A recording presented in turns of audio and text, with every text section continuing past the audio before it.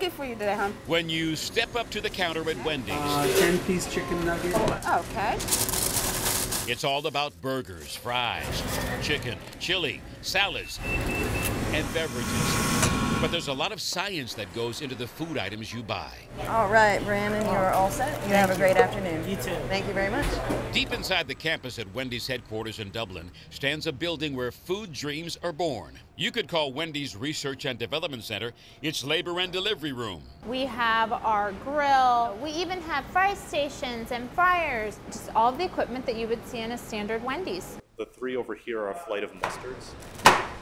I think we want this blending into the meat. Food technicians are constantly pursuing new food combinations that could one day make it onto the menu. Yeah, we'll show an edamame. We found them working on some new side dish and seasonal salad concepts, slicing and dicing veggies, tossing others in stainless steel bowls to coat with a honey, lemon, and ginger dressing. It seems kind of out there now, but you never know what could stick. It can take 6 to 9 months to come up with something worth putting into test marketing.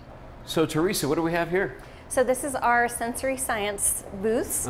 Wendy's uses roughly 112 people to test a given product, regular consumers and company employees. Members of a test panel are served sample items in a private booth connected to the research kitchen. We would push through a product for you to taste. Okay. And you would go to our computer and you would answer questions about that product. So how well you like something, if you thought something was too spicy, all of those kind of questions. You know, how often would you purchase it? That information gets fed back to product development with notes about what the person liked about it or some things that might need improvement. But even with all this research, some products have short lives. So in the end game, taste is king. Remember Wendy's pita sandwiches? This pita's good. When something tastes as good as Wendy's fresh stuffed pitas. Pitas just were a little bit too operationally complex. It was something that was a great idea, maybe a little before its time, and in the end it wasn't helping us deliver an overall experience at Wendy's, so those also came off the menu. And then there was that super salad bar. Featuring salad by Selena, fettuccine by Frank. So as customers were changing, health codes were changing, the salad bars are something that operationally just wasn't the right thing for Wendy's to do anymore. So that's when we moved on to salads. Thank you, Susan. Wendy's, what can I get for you? Baja chili salads. Wendy's does 70% of its business at the drive-through window. Apple pecan chicken. To-go salads replace the dine-in versions. Thank you. Okay. Product development is a constant journey of trial and error. And when a winner comes along, it's not uncommon to look for a spin-off. Industry analysts say Wendy's pretzel bacon cheeseburger became one of its hottest-selling test items in 20 years.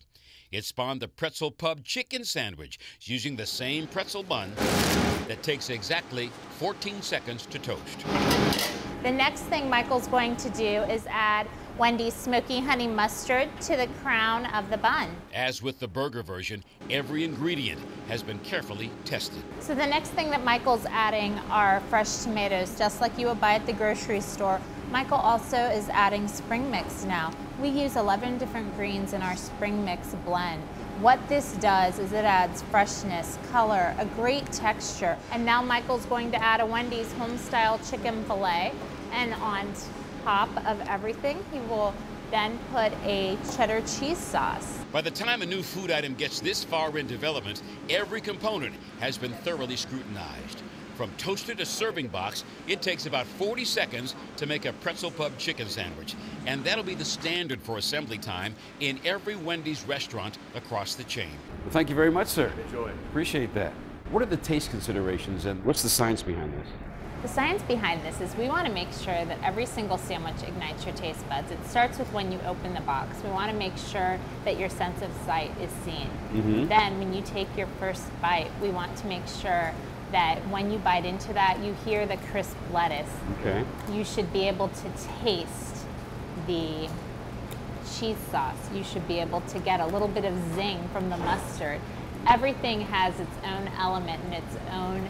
Even the size, that's all scientifically done, huh? We need to make sure that they're not too big, that when you take a bite, you can't get your mouth around it. But at the same time, we want to make sure that we are definitely meeting appetite needs.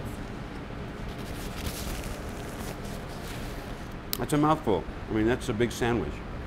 It is. It's very filling. That pretzel pub chicken sandwich is coming off the menu at Wendy's in November. But industry analysts see the success of that dark-topped bun as something other restaurant chains are picking up. Still, the researchers who made it happen for Wendy's are clear-eyed about the ever-changing tastes of the consumer. So there's always a fine balance of, hey, we can be real creative and innovative and make this, but if we can't deliver it consistently to a consumer, consumer is number one. Jackie? And we have to ensure that we can do that for the consumer. So I think making sure all of those pieces fit together to make it a consumer advantage is sometimes pretty tricky. Honey, you can pick it up right down there for me. Thank you. Thank you.